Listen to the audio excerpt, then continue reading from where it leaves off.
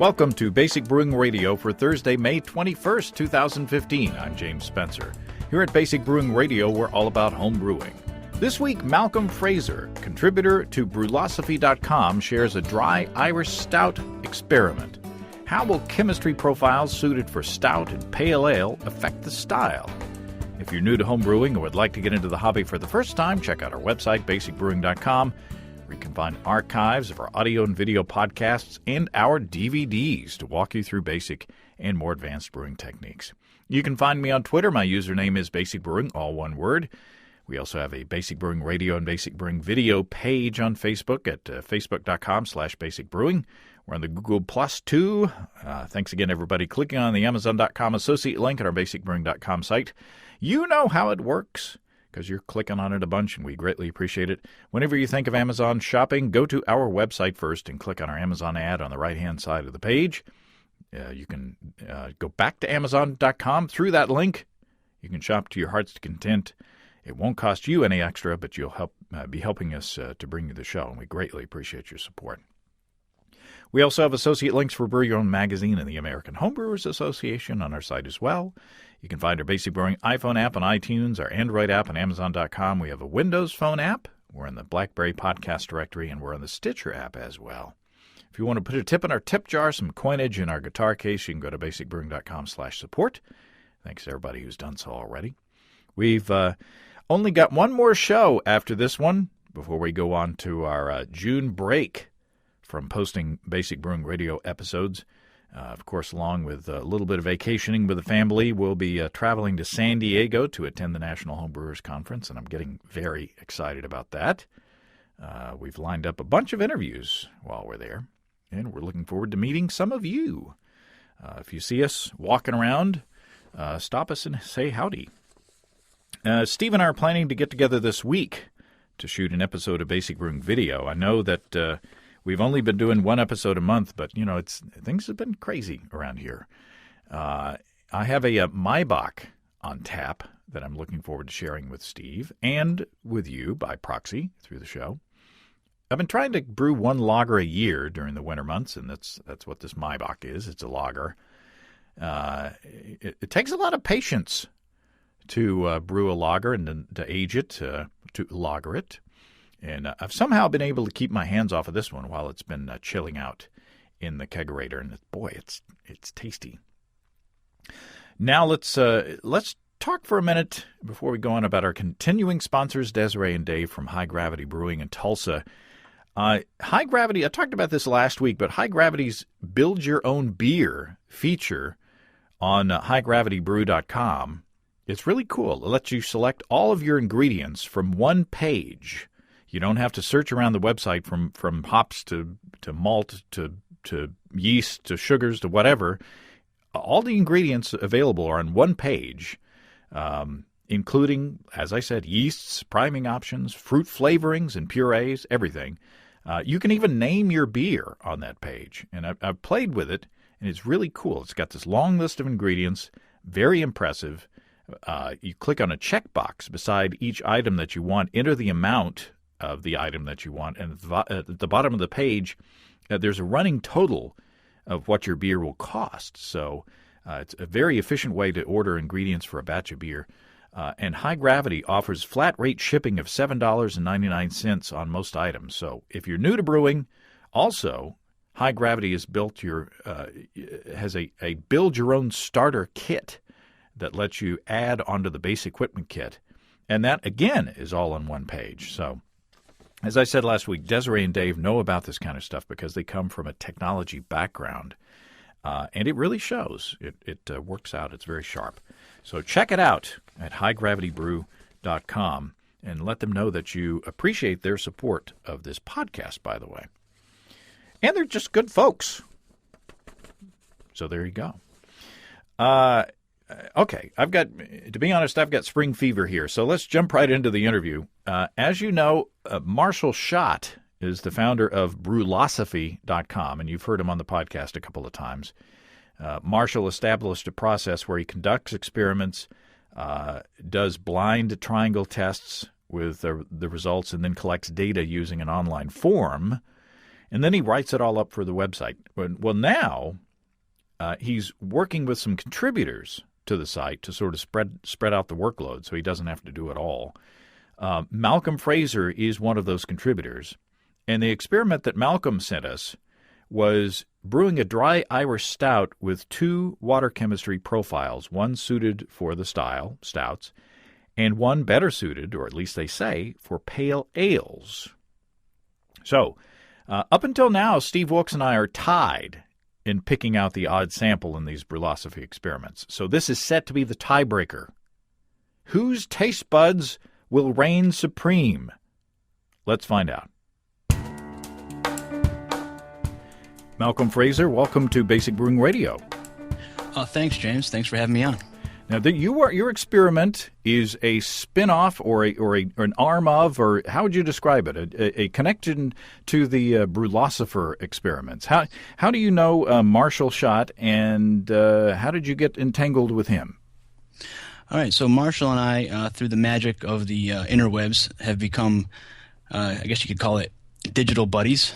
How cute. So he was sharing his Brulosophy.com website and some of his findings through other forums that we both contributed on. And I liked his website, told him so. And then one time, because I do experiments myself, I asked for him to share his survey with me. And he said more than absolutely. He said, no problem. And then, I guess because we got along on the internet, we had similar senses of humor and interest in beer. And he said, have you ever thought about contributing? And at first I kind of said, no, thank you. And then after a little while, I rethought it and wrote him back. And I said, absolutely, especially when he told me he had 2 other guys interested. And he told me the format and what he wanted to do. So if you go to Brulosophy.com, you can actually see that under the contributors page, there's 3 people along with Marshall who will be contributing, and the other 2 have already contributed, posted articles. So he's building an empire over there. We're taking over. It's going to be the next Google crusher. So would you describe Marshall as kind of the editor? Do you submit your stuff to him and let him kind of look over it, or do all of you guys kind of get together and take a look at the reporting of the results before it's published, or how does that work? Yeah, so I don't like to speak for people, but I think the way he put it to us is he's like felicitating. He's the felicitator of the ideas. So he still runs the show. It's still his website and his ideas. And what we do is we pitch experiments that we think we'd like to do, and we kind of brainstorm them, and he just lets us go. And, it seems like right now it's more like yay or nay type stuff, but it's mostly yays. And right now, because it's in the infancy stage, most of the ideas haven't been covered, right? So I'm a water guy. I like water chemistry. And he already did one, and I told him I wanted to do a follow-up, and it was green light, Well, there you go. So do you have a science background, or what? Where do you come from? Well, I like to refer myself to as a garage scientist. So most of my tinkering's in my garage. I read a lot, but I have a nuclear background. I was a reactor operator in the Navy, and I was a reactor operator civilian, but I've also done like nuclear fuel inspections and refueling and all sorts of different things related to that field. Sounds important. Yeah, nah. I would make a Homer Simpson reference here, but if you give me one I haven't heard, I'll send you a beer. I'm sure you don't tire of those parallels there. No, I'm a big Simpsons fan, so absolutely love it. Well, now you have talk about the experiment that you put to us. Okay, so my experiment is labeled as Water Chemistry Part 2, Messing with Minerals. So my version of the experiment is to evaluate 2 different beers of the same recipe, which is pretty much how all the Brulosophy experiments go. So I did 2 dry Irish stouts, brewed them side by side, but one was brewed with water adjusted for what would be typical of a dark malty beer. And then the other one, I made water as if I were making a hoppy pale ale. And then the purpose was to see if people could tell the difference. And then we ask follow-up questions. Now, how did you determine the water? What kind of calculator did you use, or how did you determine what profile would be best for which? Yeah, that's interesting. So I don't really advocate people mimicking water profiles of certain regions, because other people smarter than me have talked about why. But, if you listen to Martin Brewingard or John Palmer, for example, they'll tell you that those are snapshots in time.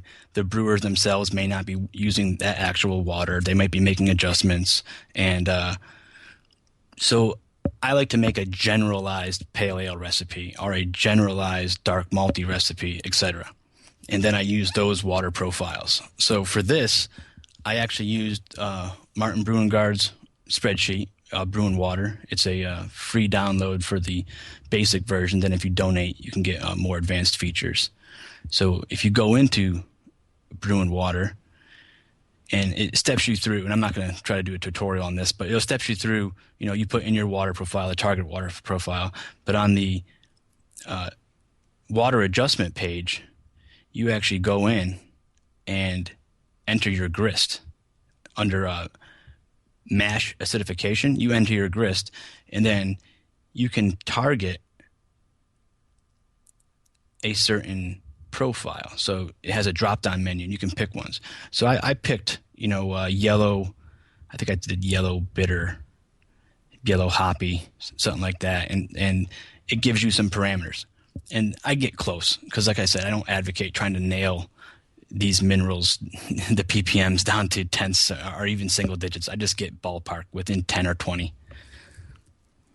And did you start with the distilled water, or did you start with your tap water as a base?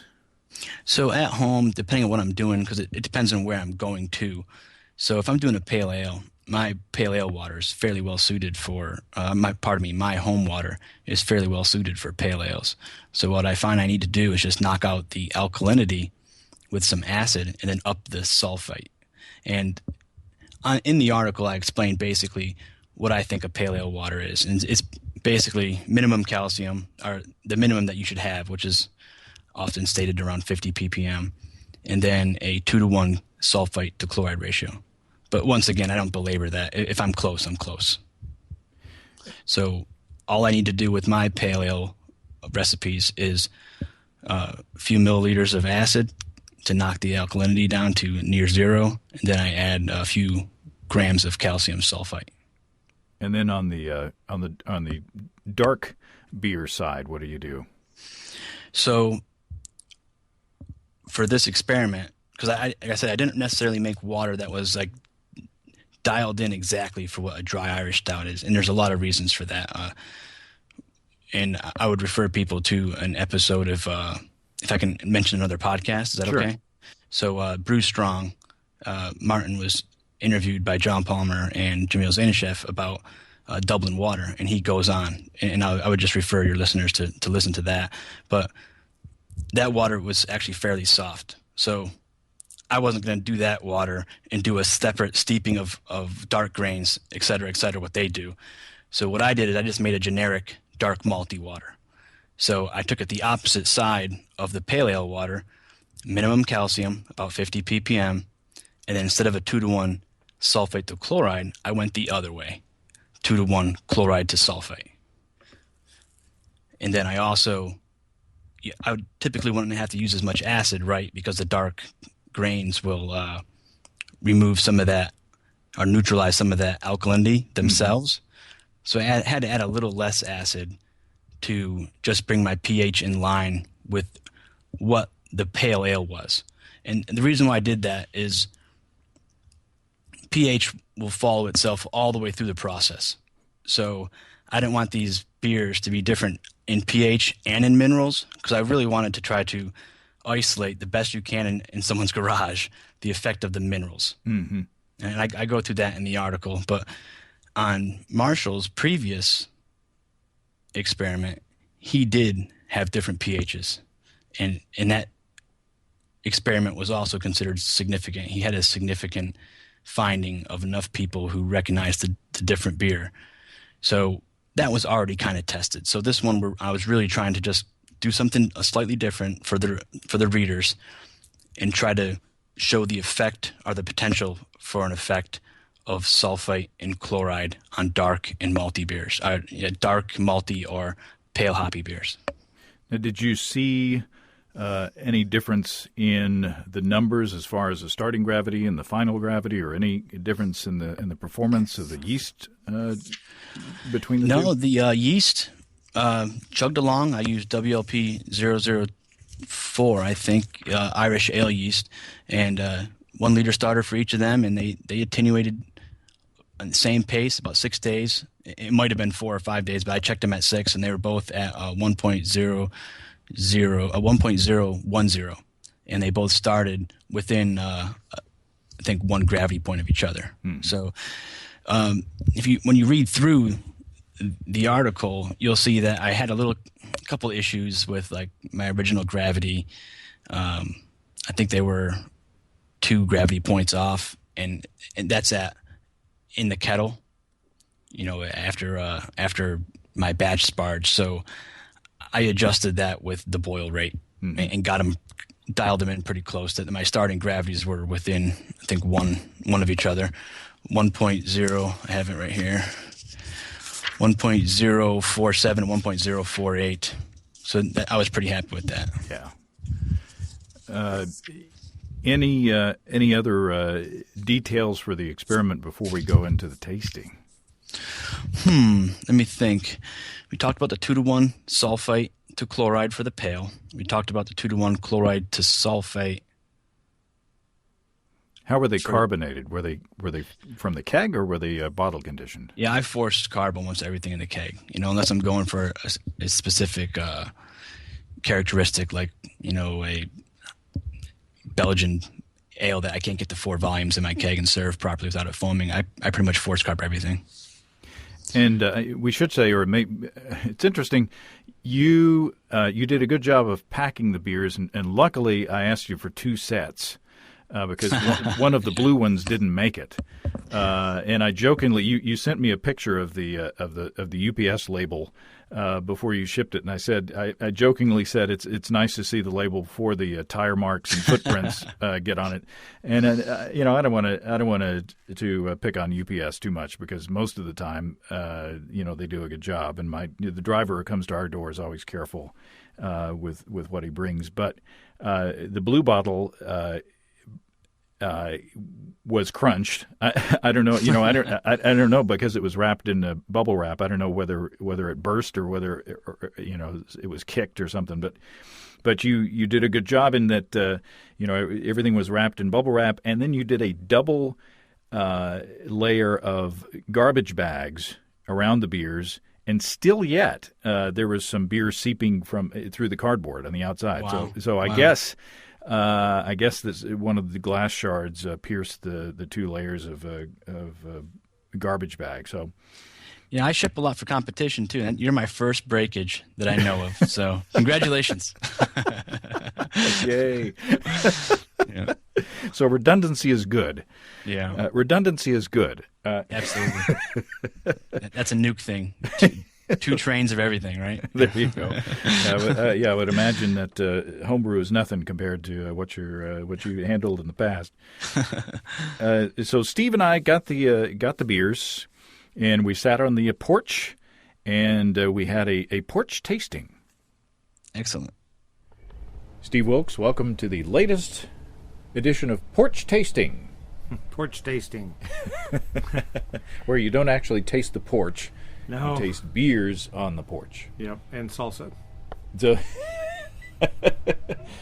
So we have a dark beer this time, and we got. This was interesting because we each got different answers, and yet when we went through the quiz or the survey, we got the same questions. So we don't know who was right and who was wrong. No, we don't. I haven't got a clue. We do know that the experiment was about water chemistry, Right. and that one beer was given the water chemistry that was optimal for a dark beer, and the other was given the water chemistry that was optimal for a light, hoppy pale ale. Right. But even knowing that, it asked us again, which one are you sure is that that's the one that you want? So first of all, describe the character of the beers. Well, they're all they're definitely, in the Irish stout bailiwick, and so they're kind of a lighter stout or a bigger porter, however you want to call that. They're all three really nice beers. The beer I chose to be different. I chose it because I thought it wasn't as fruity. It didn't have quite those kind of big English fruity overtones, or I guess Irish overtones. And so, but all three beers were very drinkable, and really without lots and lots of thought, I wouldn't have picked out that there was any difference between the three. Well, as they warmed up, as you would predict, it seemed like to me that the perceived differences were increased. But, that may be just me talking to myself. Well, I agree with that. Yeah. But as I normally do with these things, I vacillated back and forth between, all three. At one point, I thought each of them was, different. Well, I kept vaselining around. You're a slick guy. I was sliding around all over the place. I do definitely feel more lubricated after drinking these, so to speak. As it were. So which one? Okay, you said that G was different because it was more or less fruity. What I thought remember. G was less fruity. Less fruity. And it was different. And I thought that the other two beers, the red and the, I don't know what we got, red, green, and blue. I thought red and blue were the same beer. They just tasted exactly the same to me. But you chose differently than I did. I did. I chose the blue one to be different. I thought that, especially in comparison with the green beer, that the blue beer was more roasty and less bitter.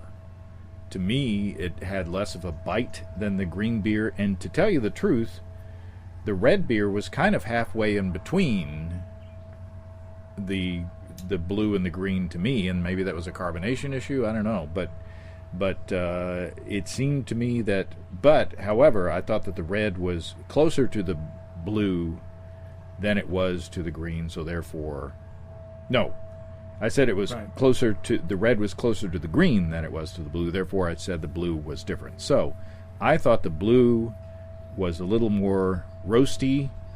The roastedness of the grains to me came out better, and the green was just more bitter, is sharper, and to me, well, it's not easy being green. That's right. So the next question is, which did you prefer? Well, I guess I would have to say that I preferred the green beer. But again, I'm really splitting hairs here because they're very similar, and I prefer the green beer. The fruity characters. It's what I think is interesting. Not to change the subject, but that my palate was picking up and concentrating on the esters, and you were picking up and concentrating on the sharpness of the grains, the roastiness, those kinds of hop flavors, hop bitterness. Where I didn't perceive much difference at all in those things. So it's like our palates work very differently then. So. But I didn't find any beer objectionable, and I found all three beers to be, or both beers, I guess there's just two beers, but I found them to be, eminently drinkable in the style of an Irish stout. But I think the dryness, the lack of that kind of fruity, a little bit of bubblegummy sort of thing going, made my choice one that I would say, well, this is the right beer. This is the one I would want. Interesting. So I guess we'll just have to to wait till the interview to figure out who's right.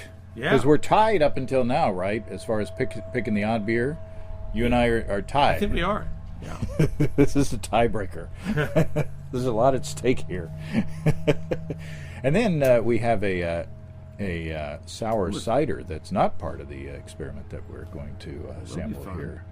And so Malcolm, good job on Malcolm on the brewing, because I agree they were both good beers. Yeah. It's just a matter of and they were pretty darn close together, especially when they were cold.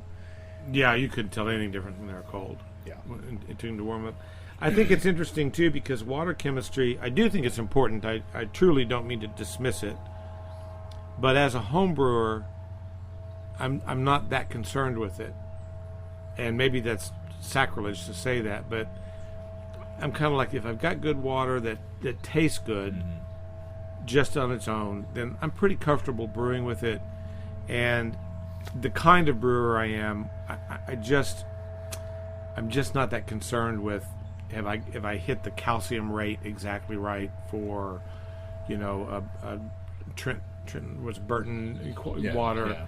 Yeah. I just don't go there. That doesn't mean it's right or wrong to do that. I just don't. So I don't know. Well, it does make a difference. I mean, remember the spring water experiment up in Michigan, where we're tasting seven different beers? Yeah. It was a bunch of different beers from all over, using water from all over, and they were different. Yeah. They were each different. So there's still hungover too, by the way. I've got some Advil inside. Still working on that. We need some hydration. Yeah. But there's no doubt that water chemistry makes a difference.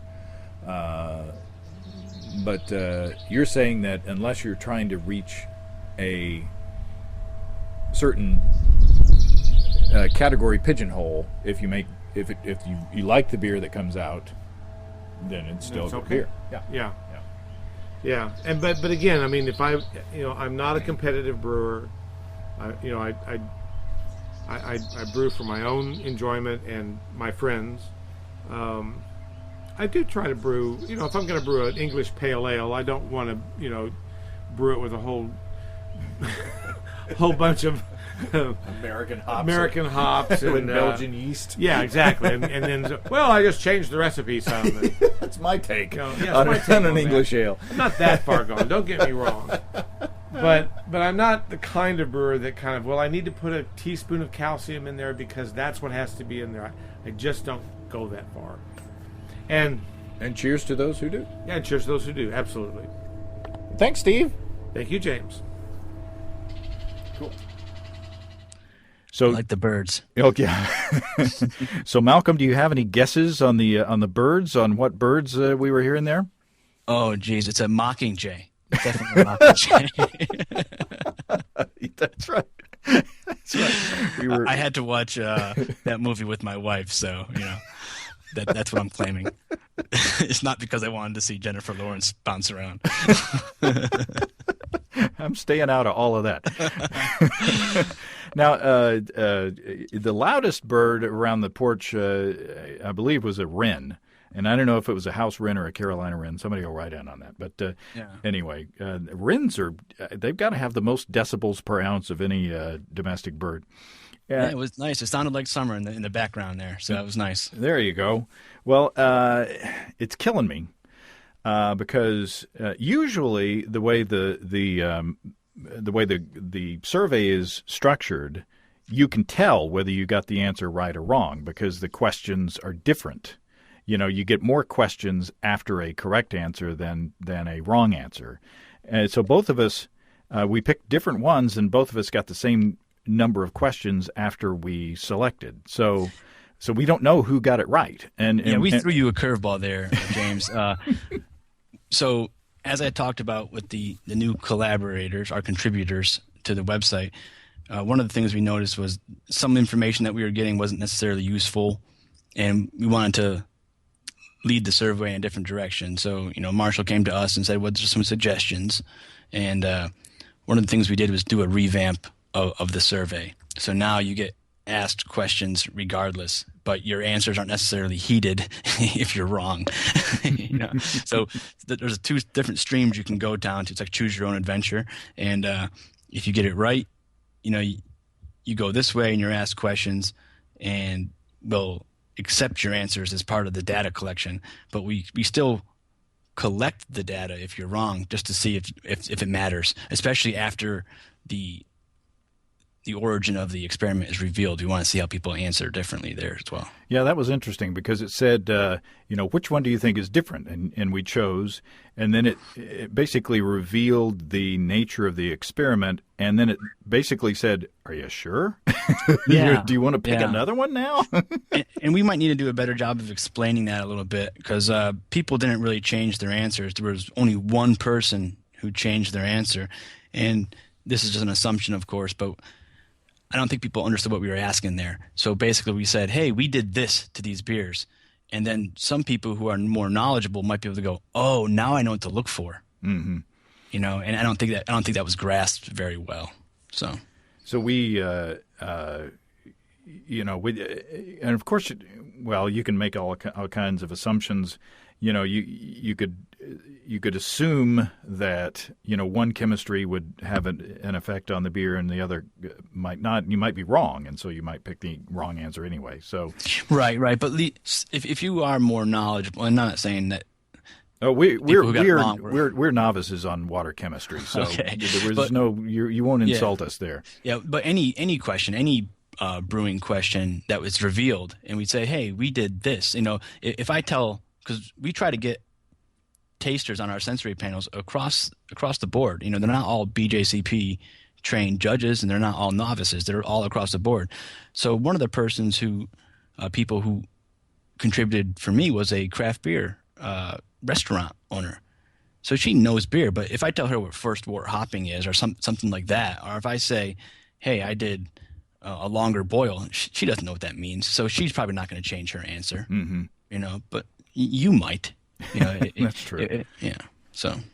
Okay. So now, I'm on the edge of my virtual seat here. Okay. What was the different beer? Well, I want to make you feel good, and because you're the host, and I've been listening a long time. So I want to tell you blue or green because that's what you guys chose. Oh, no.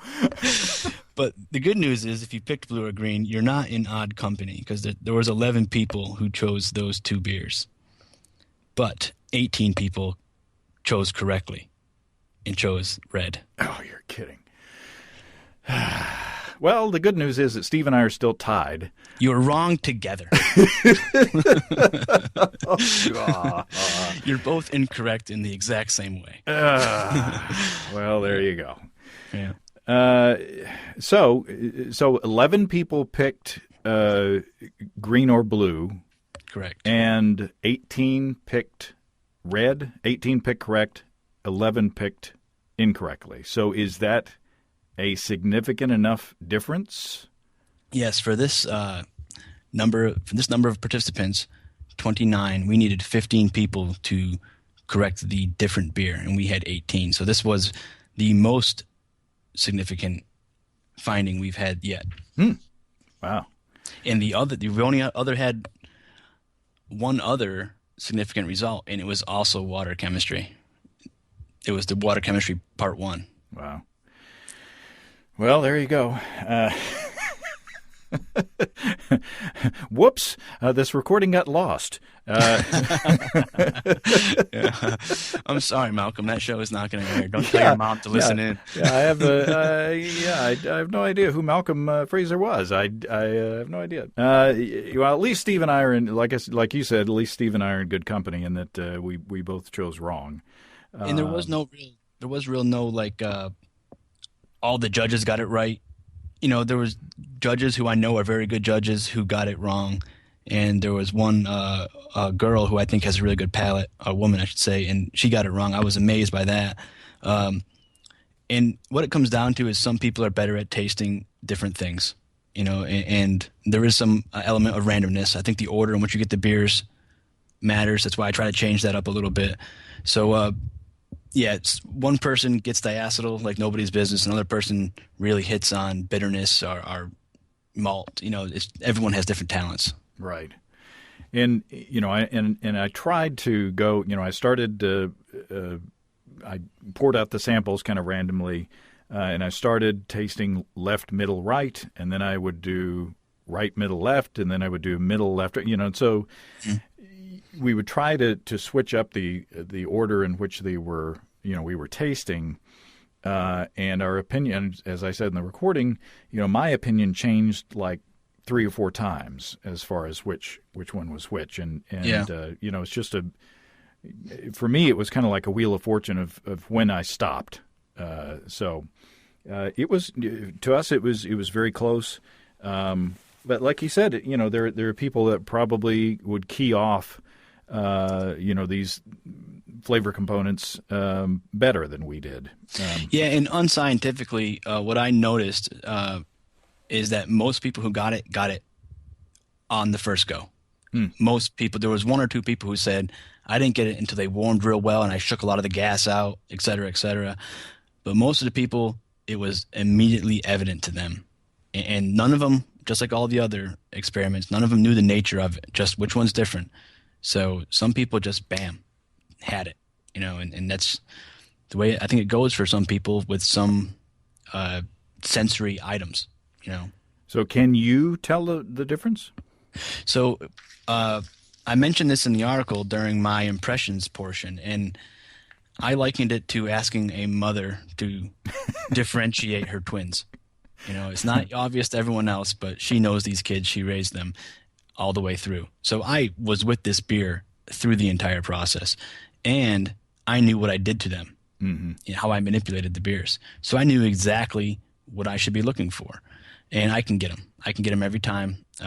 Just like Marshall said on one of the previous episodes with you, he will have someone serve to him blind. So I had people do it because I was put on the hot seat. People who especially get it wrong, they're like, well, can you tell? I was like, yeah, I can tell. So I had it served to me, the beer served to me 4 different times. And I got them 3 times just by smell. Wow.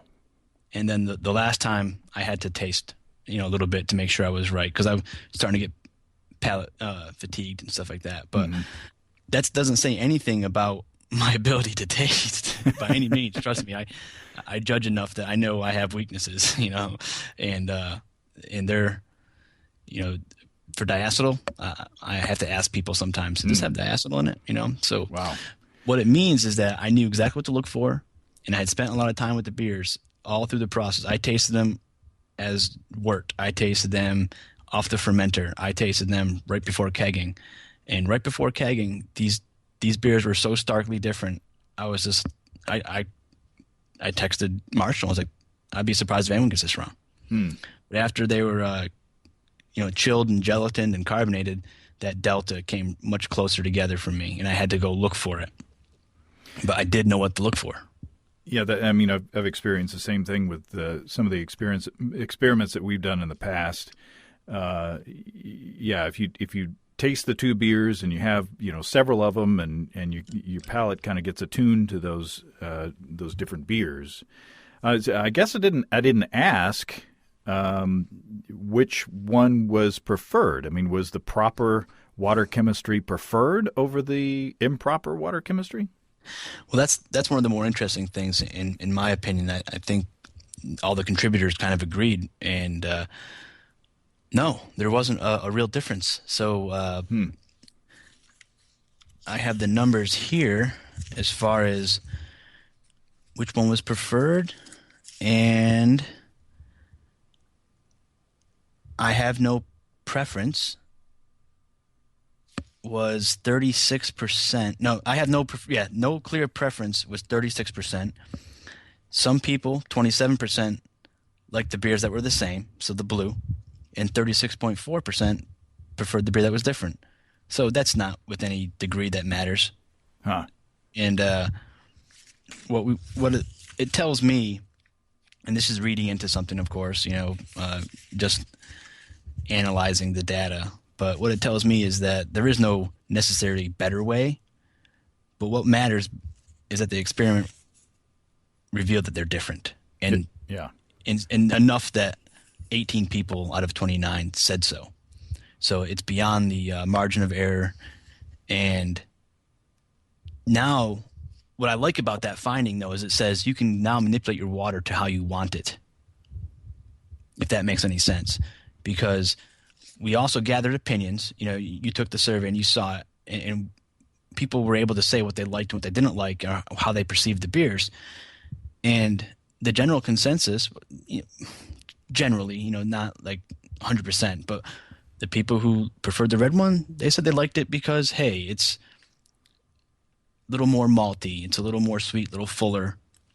And that's what we have read from most of these water experts, that what a higher chloride ratio will do is it will give a perception of a maltier, more complex, a sweeter, fuller beer. It leans towards malt. That's why it was 2-to-1 chloride to sulfate for the dark malty beer. And then a lot of comments went the other way for the pale ale water for the dry Irish stout. The people that liked it, they liked it for the properties that water gives to a beer. They liked that it was sharper, crisper, drier. So if you're a brewer now and you say, hey, I want my dry Irish stout to be that way. I want it to be drier, crisper, more roasty. Perhaps what you want to do is go a little heavier on the sulfate. If you want your dry Irish stout, to be a little more the other way, a little less snappy and with the hops and a little more malt forward, perhaps you want to go more chloride, or you want to shoot the middle and go balanced. Up to you. Yeah, Steve's comment was that he liked green because it was drier and not as fruity, and I liked blue because it was more roasty. So we're both right. Yeah, exactly. See, you are right. Yes. Well, there is no wrong when it comes to what you prefer, right? So you prefer what you prefer, and that's all that matters. And and they were all three. All three samples were perfectly fine and perfectly drinkable. And if you'd given us any of those beers, a full pint, we would have been perfectly happy. Yeah, that's good. It's always you're always a little nervous when you send a beer to get tasted, on air. Hey, I know you guys are polite, but it's always a little, especially right in the middle of a heat wave. That might have been one of the reasons why one of those bottles burst, because as soon as I finally send these beers off, it's it was much hotter than it's been all year long. So I was worried about how the heat might have tortured those beers a little bit. So I'm glad they were at least drinkable. Well, I'd like to hear your definition of what a heat wave is up there. Well, in Pittsburgh. Not a real heat wave, trust me. 80s. I'll take 80s. I'll take 80s all day long right now. We had a pretty bad winter. Yeah, that's and it's another reason to send duplicate samples, because you want more beer, right? Well, that too, but and the other two that we didn't use are in the fridge downstairs, and those are designated for my wife because she likes that style. So, which one did you lose? Which color did you lose? The blue one. Oh, so that's good. So you still have one each. That's true. Yeah. We can do a side by side again. But what I would recommend is do a side by side and then do what I do, because people ask me which one I prefer. I like them blended. Oh, well, there you go. Because they are starkly different, in my opinion. And now that you know the differences, you will be able to pick them out better, probably. So I would, obviously let your wife have them because you want to, please the lioness. But ask her pretty please, can you have a couple ounces each? Well, and she wasn't included on the sampling, so it would be interesting to see what if she, can pick out some differences too. Absolutely. But I was going to say, if one of the reasons why you send duplicate beers to a competition is if something is wrong with a bottle, if there is a bottle that has an infection or a contamination of some sort, you can kind of get a mulligan. You can get a do-over, and they might bring another bottle, of that same beer to the table, to try to give it a fair shot. Yeah, I do it. I say all the time, but if I get a beer that's not what I think it could have been, because there's something underneath there that go, well, this is still a good beer underneath this, we're trained to give those guys the benefit of the doubt. Give the brewer the benefit of the doubt. Try the other beer and give them a fair shot. Right. And I get more beer. Exactly. Ideally, if I have time, I'll get Andy or someone, one of the professional brewers around here or something to do the experiment as well, and to get even more data into your system. Yeah. But sometimes it doesn't work out that way, but I like to try to do that. So this is very interesting. Do you have any other experiments in the pipeline? We do. We have a plethora of experiments, ones that we're coming up with and ones that are requested or suggested by readers and maybe now listeners. So you're more than welcome to send them to brulosophy.com and join in the conversation. Marshall and the other contributors are often on Reddit or through his Facebook page. And absolutely, ask more questions. We'll answer them the best we can, and we'll put you in the battery of suggested experiments. We don't right now, Marshall and the other guys. We don't want to release what those experiments are coming up. There's no, like conveyor belt pipeline, because then the sensory panels would be biased because they would know what to look for. Good point. If that makes sense. Sure. And so would you. If we continue to have you as part of the process, which is great, by the way. Yeah, that'd be awesome. Thanks a lot. I appreciate that. And if you would know what to look for, and you guys would catch on pretty quick, I think. Sure. Are you going out to San Diego in June? Oh, it's a long story. I don't think my wife would stop me, but I just don't think I told her I'd go every other year. So okay. I've gone twice now because they were both on the East Coast, NHC and then Michigan. So I think I'd be pushing my luck. And you've got young daughters at home, so 2 beautiful daughters. Yeah. You need to save up points for the future. But Marshall, I think, we've talked about. I think he's going out there, and we've talked about meeting up and doing some of these things in person. So. Oh wow, yeah. I'm still thinking about it because I luckily have a lot of friends from the Navy, and people have offered to let me stay with them, so it makes it cheaper and more affordable. And then I also have friends who work for the airline company, and someone said they'll give me a buddy pass. So they're all trying to get me out there, which is flattering and nice, but it's still time away, Yeah. Oh, I completely understand. There's a reason that my brewing slacked off in certain years, and it's important. Right. There'll be other conferences in the future, so. Stay at home and brew more. And yeah. Well, I can't let my wife listen to that part because she don't think it's possible. I brew a lot. But. Awesome. Well, it's been fun, and I appreciate your sharing the experiment, and I hope to talk to you again soon. Thanks, Malcolm. Thanks a lot, James. Well, thanks again to Malcolm.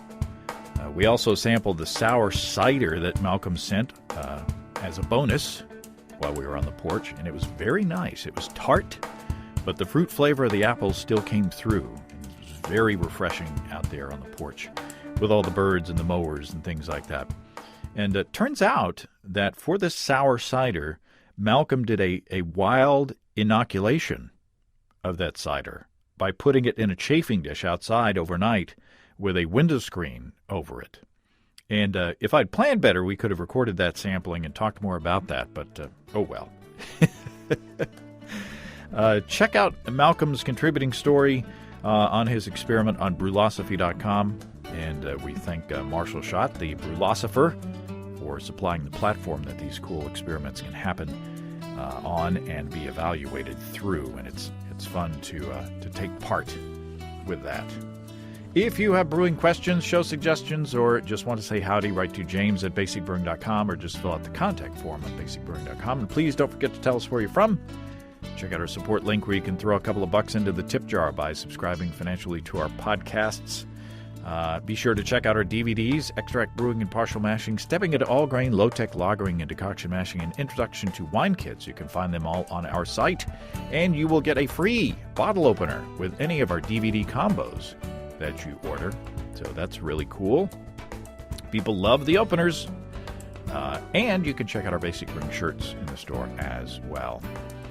You can see listening to the fine folks across the country sell our DVDs on basicbrewing.com. And if there isn't a vendor in your area, you can order them online in our online shop at basicbrewingshop.com. And as usual, thanks to everybody who's continued to click on our Amazon.com link. We greatly appreciate the support there. Our featured products this week that were purchased through the link are When to Rob a Bank and 131 more warped suggestions and well-intended rants, and Stamina 4825 Magnetic Resistance Recumbent Bike. Thanks again, everybody. Remember, I can't tell who bought what, so no worries there. Just click on the Amazon.com logo on our site the next time you feel like Amazon shopping. We greatly appreciate your support. Don't forget, you can also join the American Homebrewers Association and subscribe to Brew Your Own magazine through the associate links on basicbrewing.com.